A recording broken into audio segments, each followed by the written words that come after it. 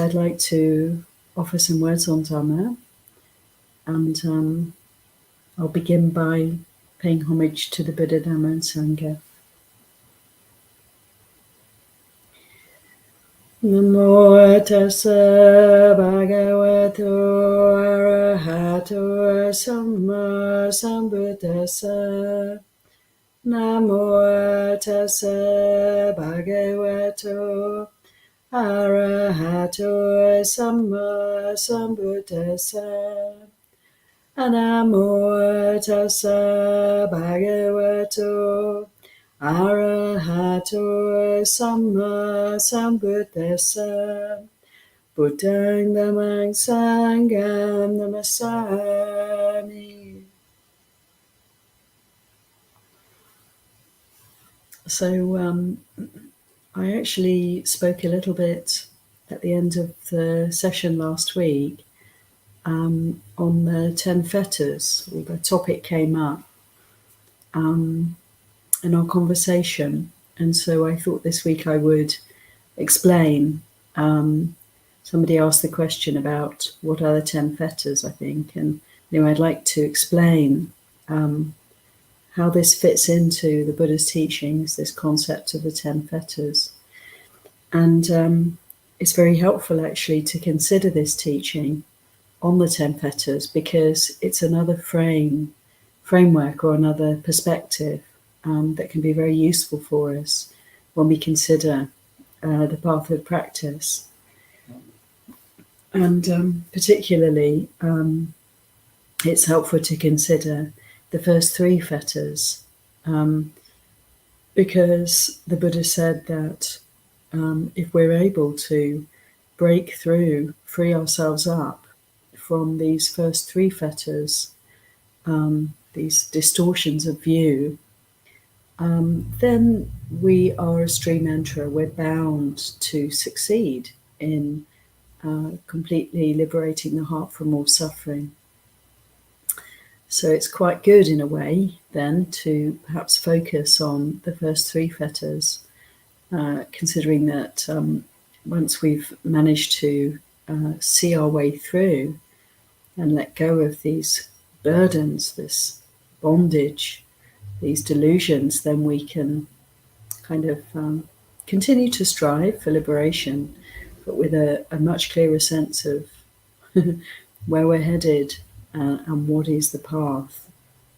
In other places in the suttas, the Buddha speaks about the qualities of a stream enterer as somebody who is fully confident in the Buddha, in the Dhamma, and in the Sangha, and in the training, in the Eightfold Path of practice. Somebody who has no doubt about the way of practice and the fruits of practice, the inevitability of gaining the fruits of the practice. So how wonderful to have this kind of confidence and certainty, in a way certainty, in a way clear seeing. So yeah, the fetters, the 10 fetters, are mentioned in a few places in the Pali Canon.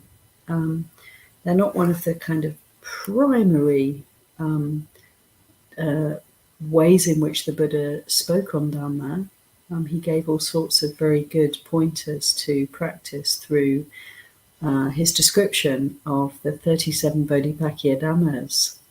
This is the more frequent ways in which he spoke about practice. He spoke in terms of the Eightfold Path, in terms of the 5 friends, the 5 powers, the right efforts, the spiritual powers, and so forth.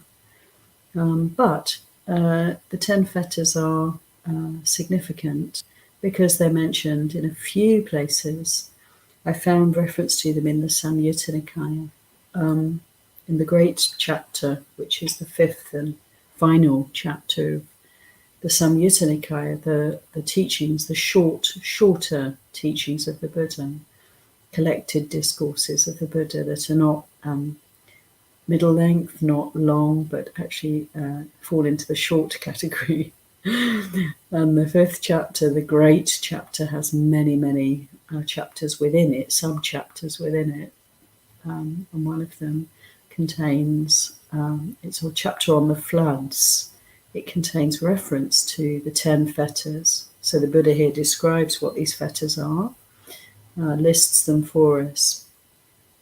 There are a few other references, another reference in the great chapter, explaining the different stages of insight that correlate with letting go of the various fetters.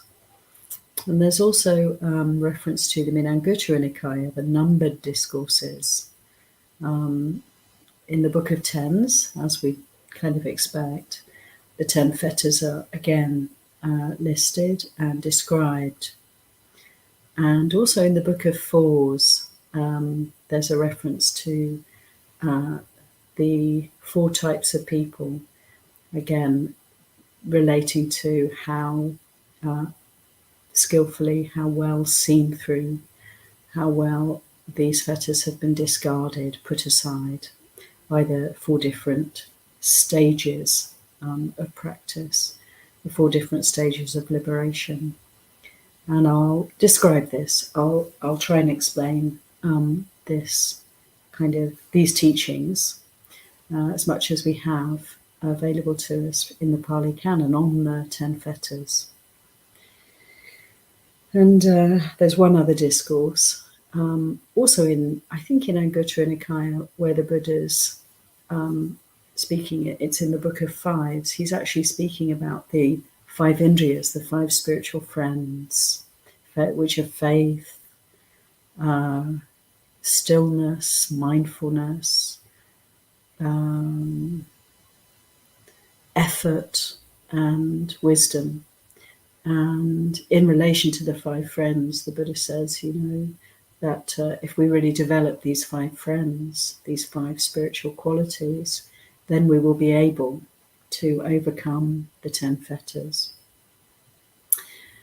So, having given a bit of groundwork and some references in the suttas, if you want to look them up, the easiest way to look them up would be to go on to Sutta Central and just search under the title of fetters, and you'll see all these references are there, and other references too, because the Buddha actually spoke about, he used this word saṁyojanāni, which really just means shackles or chains or fetters.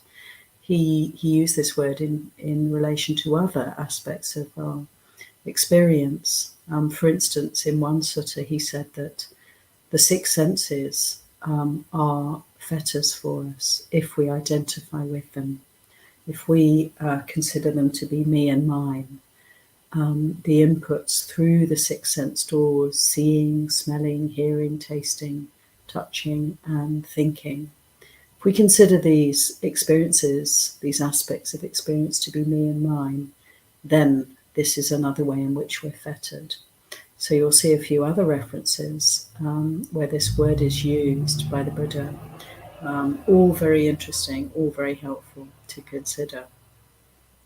But coming back to the standard way in which the Buddha used this word saṁyojana, that which is yoked together, that which is tied up, he was referring to mostly to the 10 fetters. And so the first 3 fetters, these are the fetters that all ordinary people are labouring, we're all kind of trapped and imprisoned by these fetters. We're all actually hemmed in without necessarily realising that this is the case by these fetters. And when we begin to practice, we can start to consider how we may be duped by Mara, we may be deceived in these different ways. And these 3 first fetters are, we can say all of the fetters are tendencies or inclinations of a deluded mind. The mind that is steeped in ignorance will tend to follow certain courses, certain ways of thinking, ways of relating to reality that are distorted, that are painful, that are a cause of bondage. So let's look at the first, and we can talk about, let's talk about personality view. This fetter of personality view is one of the first three fetters, and it's the sense of self that we are frequently caught up in, referring to our experience and all that we feel that we own, all that we feel that we are. And in many ways, I find the easiest way to consider this is in terms of the five khandhas. So in terms of the body, feelings, perceptions, thoughts, and consciousness. So every time we consider, unthinkingly, really, unknowingly, unwisely consider that any of these aspects of our experience are in some way belonging to us or define us, then we're labouring, we're tied, we're caught up in this fetter of personality view. Silabhata paramasa. It's a cause of great suffering, and it's also a cause of great we put a lot of energy into creating, in a way, these illusions of self, because it's a sense of continuity. This selfing, it's having a sense of past and future, isn't it? And having a sense of being somebody moving through time. And it's very compelling because when we're sitting in meditation, let alone in everyday life, we have memories come up, and we truly feel it's very difficult not to have a sense of they're my memories, it's my life, this is my past, my parents, my family, my traumas, my difficulties, the way I am. I'm just like this. All these different ways in which we create ourselves. And actually, in relation to considering this fetter of self-view, or personality view, the truth is that none of these things actually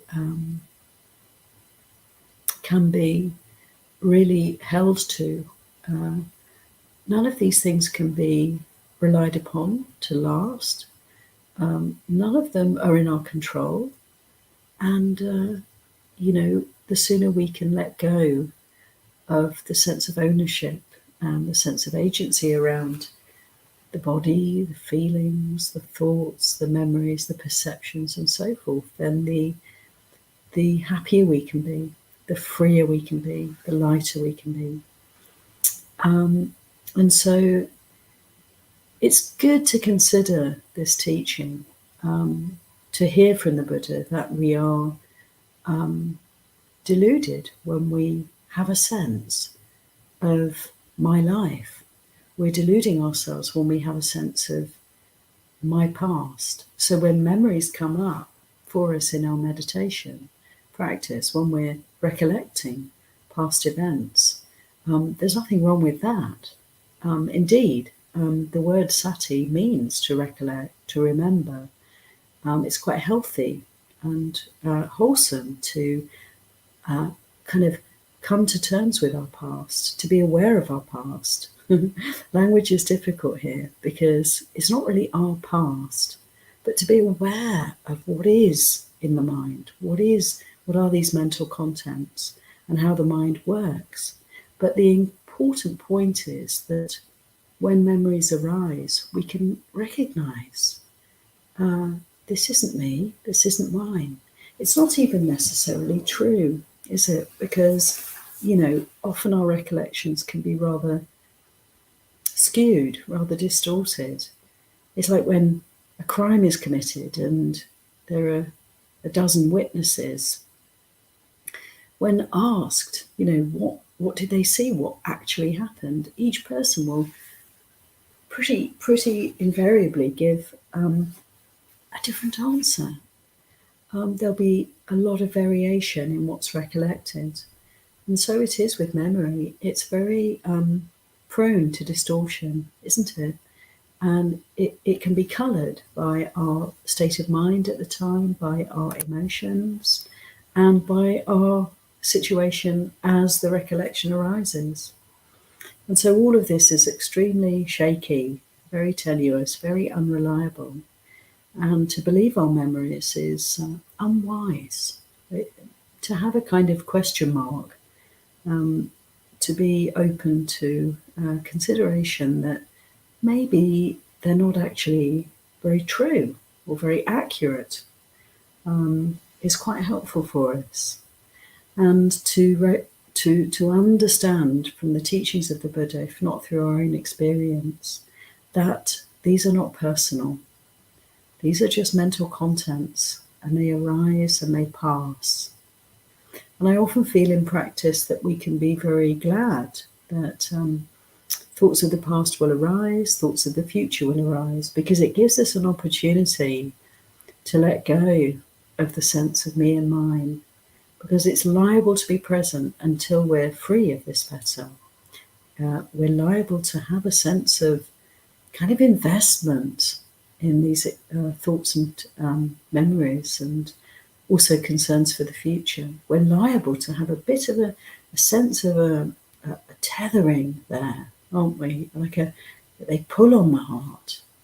And when we can practice and notice what happens when memories and future thoughts arise around this me, my life, how does it feel? What's actually going on? Is the mind actually tethered, and in some way is the view distorted here? Is there a different way of experiencing, a different way of looking at this experience as an impersonal flow of mental phenomena? And when we give ourselves the opportunity to consider in this way, we can really notice how possible it is to free up, to see thinking as a stream. It's like a stream, it's like a flow. And thoughts come and go. They come and go, and they have a kind of their own trajectory. They have a life of their own, and we can really step back and we can observe this process. And the same with all the other khandhas, perceptions or consciousness. Is it mine? Is this consciousness mine? Can I choose how it receives the world? Can I choose to switch it on or switch it off? No, it's not. I have no agency over this, but I can bear witness to it. I can experience it. I can learn about it, and I can learn through developing understanding by observing, by witnessing with wise attention this quality of consciousness. Then I can see how it's possible to let go of any sense of ownership and to watch, again, a flow of dhammas here. The same for feelings, the same for this body, which has its own agenda.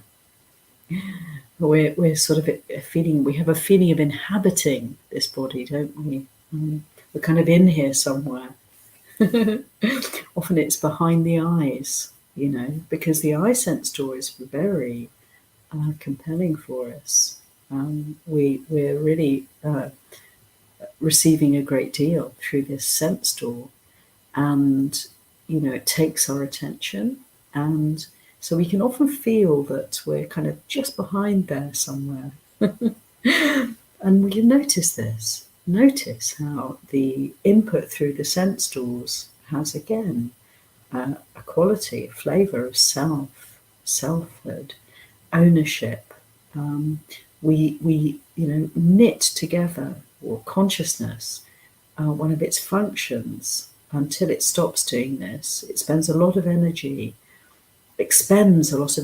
in kind of knitting together experience through all the sense doors and creating a sense of continuity, a sense of seamless selfhood. It's quite remarkable. This is the magician's trick. It's a sleight of hand. It's an illusion. There are these different dhammas arising and passing, seeing, hearing, smelling, tasting, touching, thinking. They come and go, and there's nothing behind them. There's nothing that's pulling the strings. There's nothing that's in charge here. They're all quite separate consciousnesses. And we can start to consider this and begin to notice selfing, this sense of creating, adding to the experiences by making them me and mine. So this fetter of personality view is something to really consider. And really, if we can take on board this teaching and apply the teachings of the Buddha to our experience, we can help ourselves a great deal in letting go of the sense of self, loosening the grip. It's almost like we're swimming in the ocean of self, and it's very hard to see. Just like a fish is not necessarily aware of the water, of the ocean, or we're not aware of the air around us, that we're constantly feeding on. This is what we really feed on. Every moment we're breathing it in and it's all around us. But how much time do we spend really noticing the air, even noticing breathing? For most people, they're quite oblivious of this extraordinary process that's going on all the time. And so it is that we don't necessarily notice the self-making, the I-making, the my-making, which is happening pretty consistently all the time until we let go and see clearly and drop this fetter of self-view, of personality view. So these are just a few words about this fetter. Second fetter I'd like to talk about is the attachment to rites and rituals. And this is very interesting because if we kind of consider ourselves and also all those around us, we can see how much a part of our life this can be. And it's also quite interesting to see how this fetter of attachment to rites and rituals can really come up a lot in spiritual practice, in religions, in the most important ways in which people are trying to make sense of their world and chart their course through life. We're prone to kind of magical thinking. We're prone to wishful thinking. In the time of the Buddha, there were so many great spiritual seekers who were caught up in this fetter of attachment to rituals. It was very common, and actually it still is common to this day, that people will go to sacred places and perform various rituals in order to purify themselves, in order to free themselves from suffering, free themselves from sin. And many people, will feel that this is a very important aspect of their spiritual path, their spiritual life. For instance, going to the Ganges River or any other sacred river and bathing is considered to be by many, many, many people a way of purifying ourselves, of ridding ourselves of our faults and sins, and like a sort of confession. Also in other religions, going and confessing one's sins, there can be a belief that in doing so we clean the slate. We we've dropped it all. The trouble with these ways of considering and thinking about reality is that the root cause of habits, unskillful behaviours, unskillful speech and so forth, the root cause is not really addressed. And, people are trying to do the good work and to improve themselves and to live a better life. And there can be some encouragement from going on pilgrimages and doing various rites and rituals and making confession. Definitely can be some benefits. But if there's a belief, a conviction that through these rituals one can be purified, then people are often disappointed in the long run, aren't they? Because the habits, the inclinations, the asava, the tendencies in the mind are untouched, unchanged. And, pity the poor sinner who goes to make confession and comes away full of resolve and determination not to commit the same unwholesome acts again, ever again. But they don't have the ability, they don't have the means to really eradicate these tendencies. And so again, oftentimes, one will fall into the same kind of misbehaviors. And it's very poignant. So we really need to understand how actually to rid ourselves of the kilesa, of defilements, of unwholesome mind states. And rites and rituals are not going to do it for us, as we know, if we consider the Buddha's teachings. Actually, we have to do the work of investigation. We have to develop the Eightfold Path. We have to cultivate mindfulness and investigate what's going on inside. And really, through the meditation practice and keeping precepts and developing right view, we can slowly come to a place of uprooting the causes of defilements. And this is the Buddha again and again was saying that this is a gradual process, and it requires wisdom. It requires really a careful practice, determined practice, right effort, and so forth.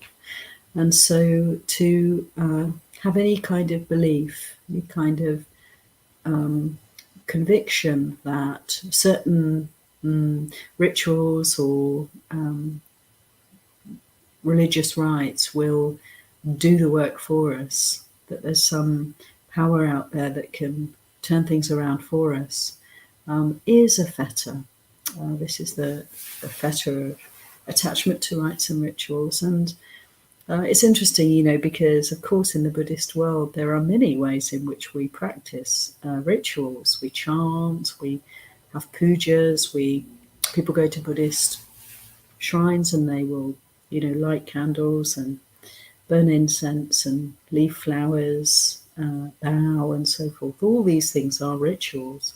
They can have their beauty, they can have their benefit, so long as we're not investing them with more power and agency than they actually have.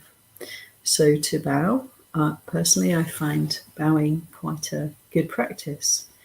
Taking this great big head and putting it down on the ground, and in homage to the Buddha, in homage to the qualities of awakening and the truth, the Dhamma, and those who have led the way for us, the Sangha, our teachers and guides. It feels good. It feels very wholesome and very appropriate to pay respects. And lighting candles, symbolizing, the light of awareness. Lighting incense, the scent of the incense, sort of symbolizing the ubiquitous nature of the truth, Dhamma. around the flowers, putting flowers on a shrine, signifying the sangha. It's one way of looking at it. Flowers as all different, each one unique, just like people, just like the sangha of human beings who are practicing well. And so we can, use these kinds of props, if you like, trappings, religious images and practices to uplift the heart, to inspire, to help the mind to focus on the practice and on the teachings. We can do this. There's nothing wrong with it. But to invest it with some kind of supernatural power to get us to Nibbana, clearly this would be a mistake. And it's a fine line, and I think it's helpful for us to consider if we find ourselves in situations where we're participating in or observing, rites and rituals taking place, then just to consider, how do we relate to this? What is it? What's actually going on here? What is the value? What is the drawback? How can I skillfully understand the benefit and the limitations of any kinds of rituals, rites and rituals? So not to dismiss them out of hand, but to understand their place in the scheme of things, if you like, and not to be caught up in this fetter of magical thinking, of almost like childlike sense that there's somebody out there, some god or some great being who can take away all my suffering for me. No, in Buddhism, of course, as we know, one of the great benefits of the Buddha's teaching is that it's encouraging us to take responsibility, to see the karma and to work with the karma, the cause and effect, and to really quite, in a very mature, in a very adult, in a very wise way, to really face up to the suffering that's here, and to take responsibility and come to understand dukkha through experiencing the suffering right here. And in this way we can make changes. We can let go of suffering. We can let go of these fetters. So the third fetter of these three kind of principle, the three ways in which we delude ourselves prior to entering the stream. The third fetter is doubt, vicikicchā. And this is not having full confidence in the path. And so therefore we could say, not fully understanding the path, not fully understanding the teachings of the Buddha. Because when we can really comprehend the teachings, then we can practice without any confusion or delusion about what we're doing. And, well, to a degree, we can say that when the fetter of doubt is seen through, then we're much less confused about the path of practice. We're much less steeped in ignorance. As I said before, there's a significant shift where we are bound to attain the goal of the spiritual practice, Nibbana. It's just a matter of time. So we're on course. The compass is pointing unfailingly in the right direction. Once doubt, the fetter of doubt, personality view, and attachment to rites and rituals, once these three fetters are seen through. So doubt in the Buddha's teachings, we can consider if we have questions, if we're not sure, we don't really fully understand how to practice, and we can ask questions and we can seek guidance and we can keep determining to, do the best we can. And it's very fortunate if we have any interest at all in meditation, because this is a way to really experience doubt if it's present for us, because it will be the sense of confusion and uncertainty about how to meditate, about how to practice. And we have a chance to investigate this sense. So the Buddha described it as like we're in the desert, we're lost, the view is obscured, we're confused, we don't know how to practice, we don't really fully believe that it's possible to practice.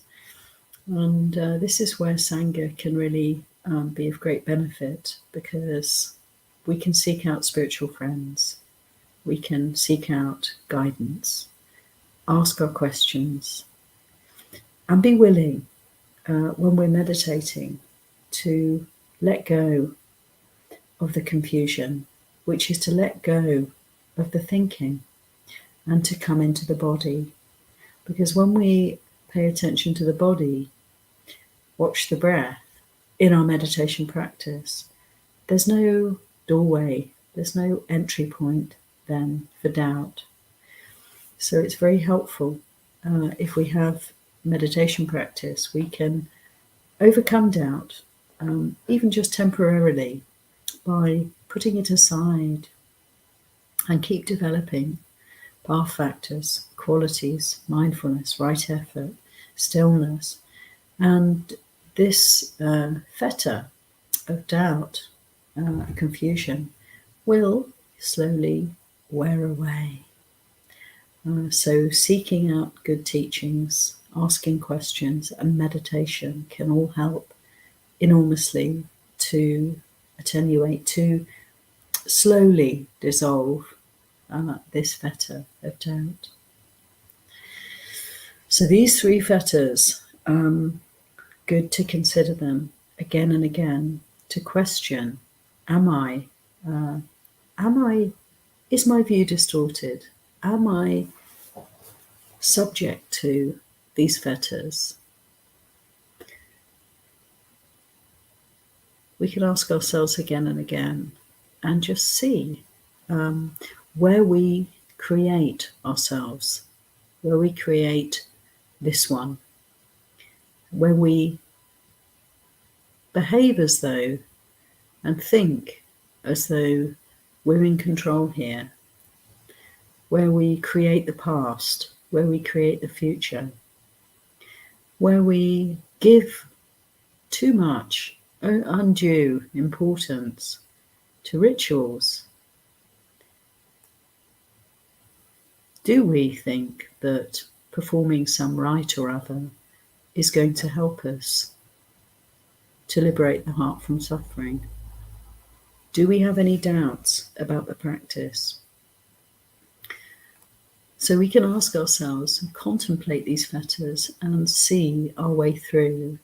And we can do this directly in this way, learning and considering the fetters. And we can also, we are also working with the fetters when we're practicing the Eightfold Path. Every path factor is a means to overcoming the fetters slowly but surely. Then there are 7 more. And there's a kind of sequence here. So these first 3 fetters are the most fundamental delusions that we're labouring under. Once they're seen through, we face up to another 7 fetters. But the truth is, of course, that we're working with all the fetters all the time until we're free from them. So these other aspects of delusion will be present for us also, but they are more subtle. They are less easy to see through. They are more likely to shackle the heart, to trap us. They're more likely to be a kind of lens through which we're looking at the world. So we can just note that. And let's consider the next 2 fetters. Our stream enterer is still working with these 2 fetters, and all the others also. They have let go of, they've seen through, they're free from the first 3 fetters. But these next 2 will still be playing out until a person is a once returner. These fetters will be very apparent. And even a once returner, which is the next stage of liberation on the path of practice, even such a person, sakkāya-diṭṭhi, will have these fetters in perhaps more subtle forms manifesting for them. They have to work with them. Only a non-returner, an anagami, the 3rd stage of liberation, only such a person as an anagami is actually free from these next 2 fetters. What are they? You'll know them very well. I know them very well. They are ill will and sense desire. Kāmacchanda, sense desire, and vyapada, ill will. So these 2, the push and pull, the wanting and not wanting, the liking and disliking, the picking and choosing, that create heaven and hell right here for us. These 2, this movement away from what is, this denial of reality, seeking for something more than what is, or wanting to get away from what is, desire and aversion. These 2, we can work with them, and it's just wonderful to be aware of them. It's wonderful to consider them. We can be practicing day and night if we are conscious of the push and pull as they arise, these fetters, as they arise in relation to the world, in relation to this one. So we can make a practice of observing whenever desire, wanting comes up for us.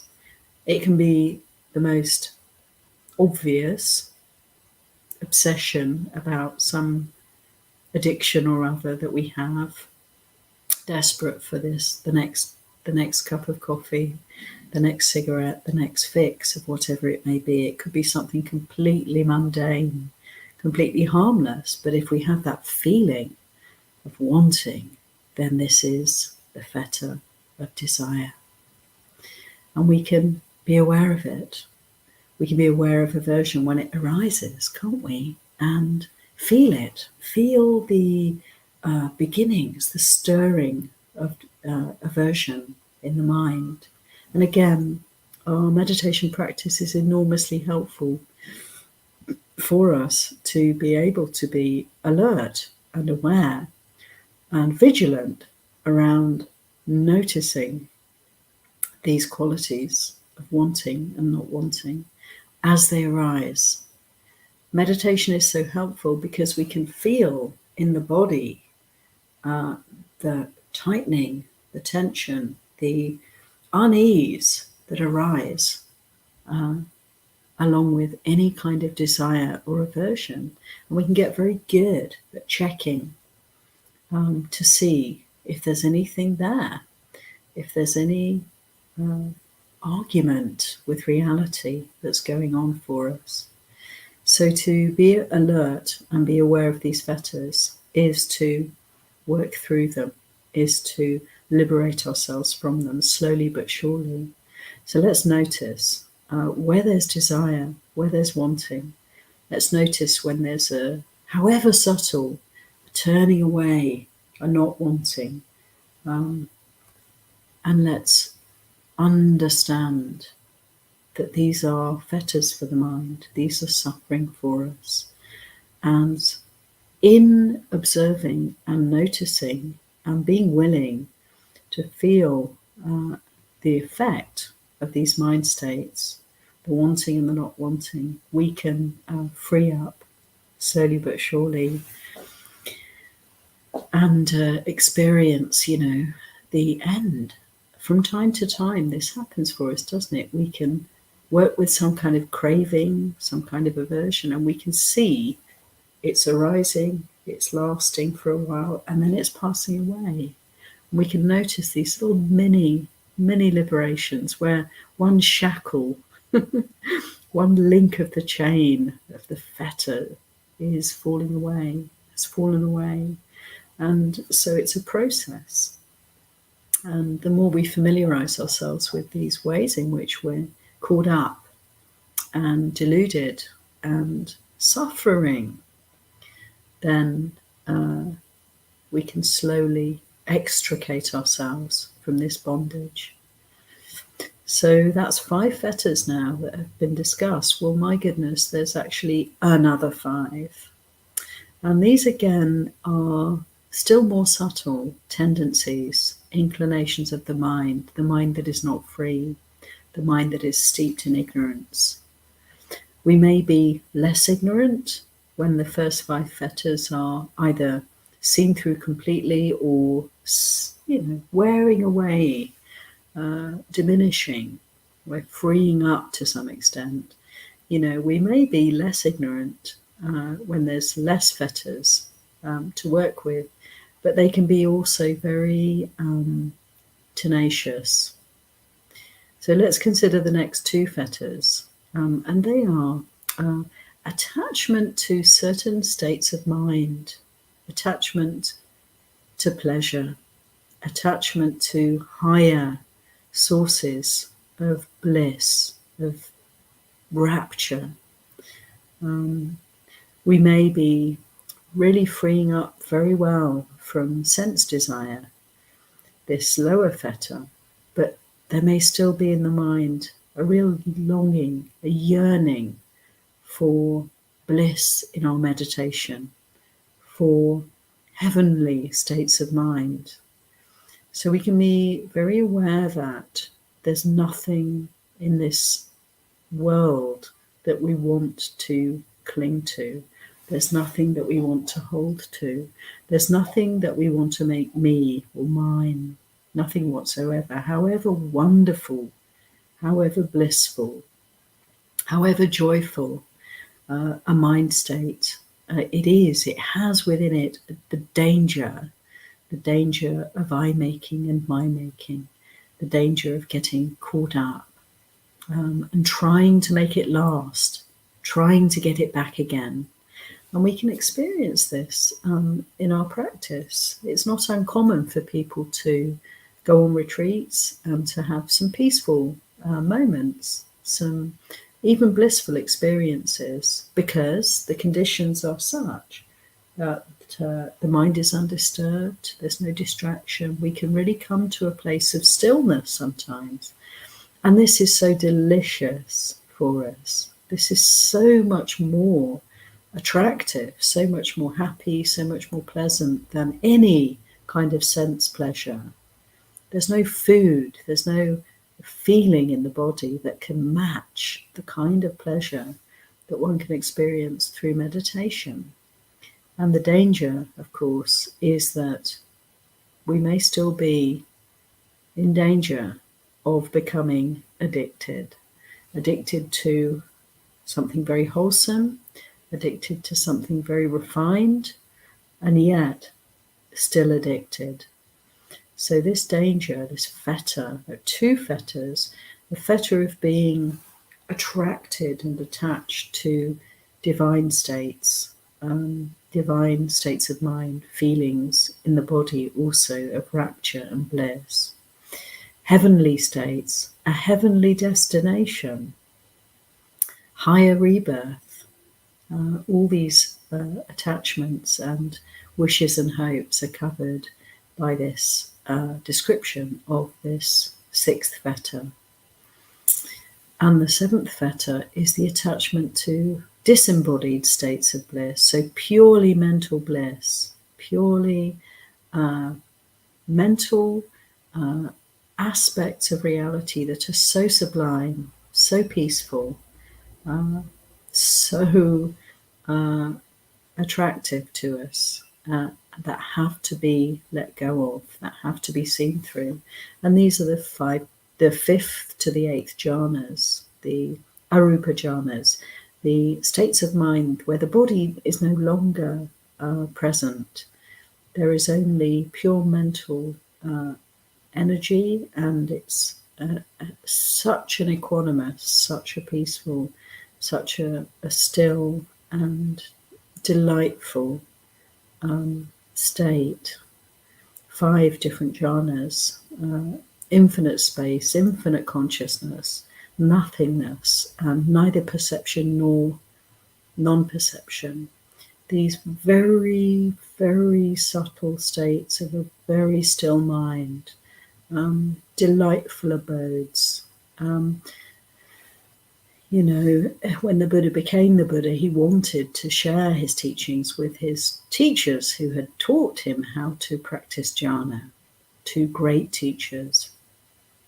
He'd learned from them how to experience these very sublime states of mind. And he couldn't teach them because they'd passed away. But actually, that wasn't an obstacle for the Buddha. The fact that they'd passed away was actually not an obstacle, because the Buddha could visit all the different realms of existence. He had the ability, he had the understanding of saṁsāra to be able to go anywhere. But there's just these 4 abodes that the Buddha could not visit. And these were the abodes of those who pass away practicing these very high jhanas, because they go into a state that is so still, so solitary, it's unreachable. And they will linger there, they will rest there, they will delight in being in such realms for a very, very, very long time. So in this way we can appreciate that these high focused, still states of concentration, of meditation, are like a trap. They're like a fetter for us, because we can get caught up for a very long time if we attach to these states of mind, if we cultivate them, if we give them importance. This is not the way to come out of suffering. This is not the way to purify the heart.